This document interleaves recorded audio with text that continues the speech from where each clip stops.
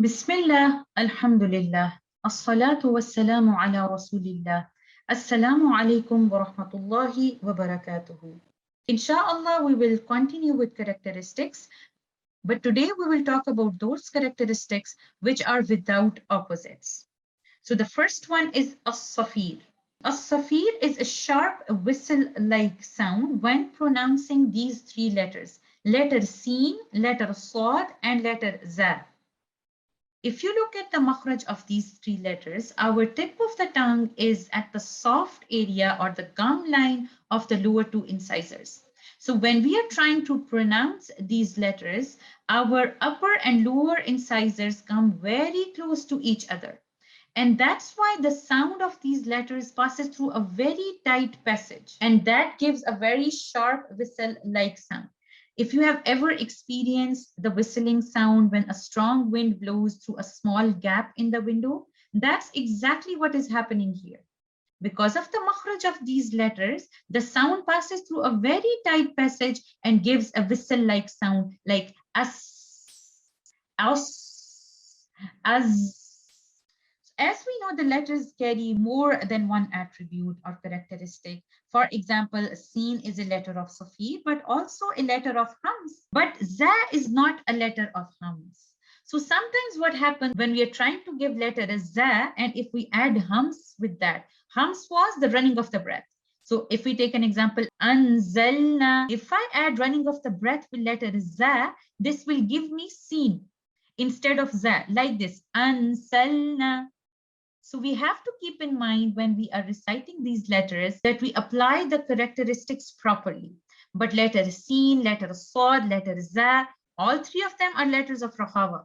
And Rahawa will also help them to give the characteristic of Safir, because once you give time, the Safir is more clear and Rahawa will add more beauty to your recitation. So sometimes if you apply one characteristic very well, this can help the other characteristic as well.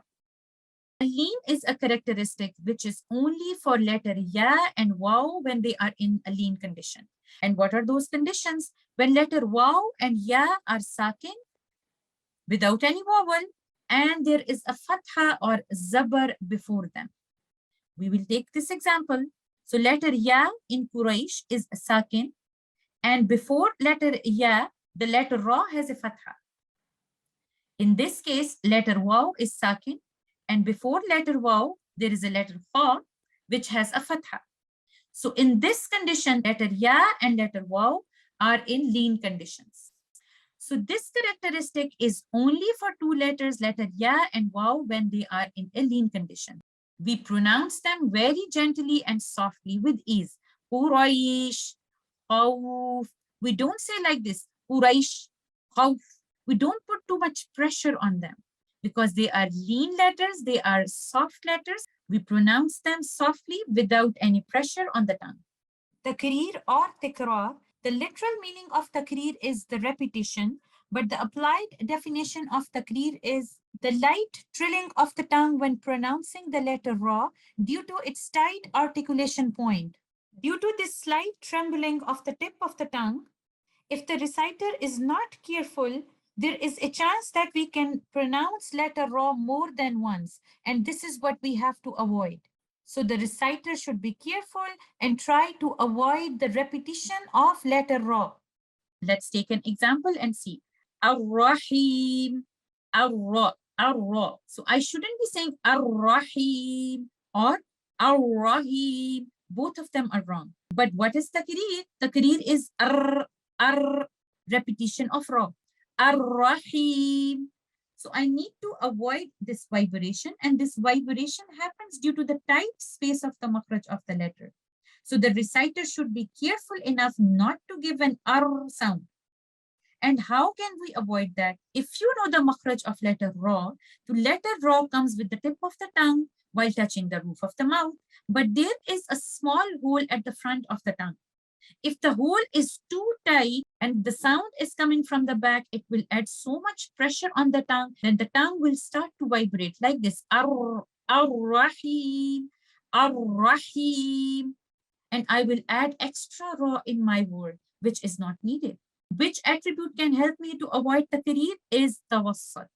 because Ra is a letter of Bainiya. It is from Leen Umar. I shouldn't be giving it too much time like Rohawa, and I shouldn't be giving it too less time like Shidda. So if my time is too much, the sound will be like this. Ar-Rahi, ar, because I'm staying too much on the makhraj. If my time is too less, the sound will be like this. Ar-Rahim, Ar-Rahim. Both of them are not required. I should be giving it the time of at-tawassut, not too much, not too less. Ar-Rahim, Ar-Rahim. I need to avoid the repetition. I shouldn't be giving too much time like Rafawa, and I shouldn't be giving too less time like Shidda letters. Once I will recite it by giving the characteristic of at-tawassut, this will help me to avoid the repetition. Next characteristic that we will talk about is at-Tafashi. It is the spreading of the sound of the letter sheen from the middle of the tongue, which is basically the makhraj of the letter sheen, until the sound reaches to the exit of the mouth. The sound starts from here and it spreads around in your mouth before exiting. So you will not say like this. وَبَشِّرِ الَّذِينَ وَبَشِّرِ no وَبَشِّرِ الَّذِينَ وَبَشِّرِ الَّذِينَ.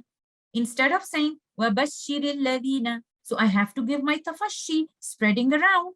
And because sheen is a letter of hams, sheen is a letter of rahawa, so you will say وَبَشِّرِ الَّذِينَ. If you give time of rahawa, if you are doing hams, running of the breath, this will help you to give tafashi in letter sheen as well. I hope this is clear to you. Inshallah, we will continue with the topic. Jazakumullah khair. Assalamu alaikum wa rahmatullahi wa barakatuh.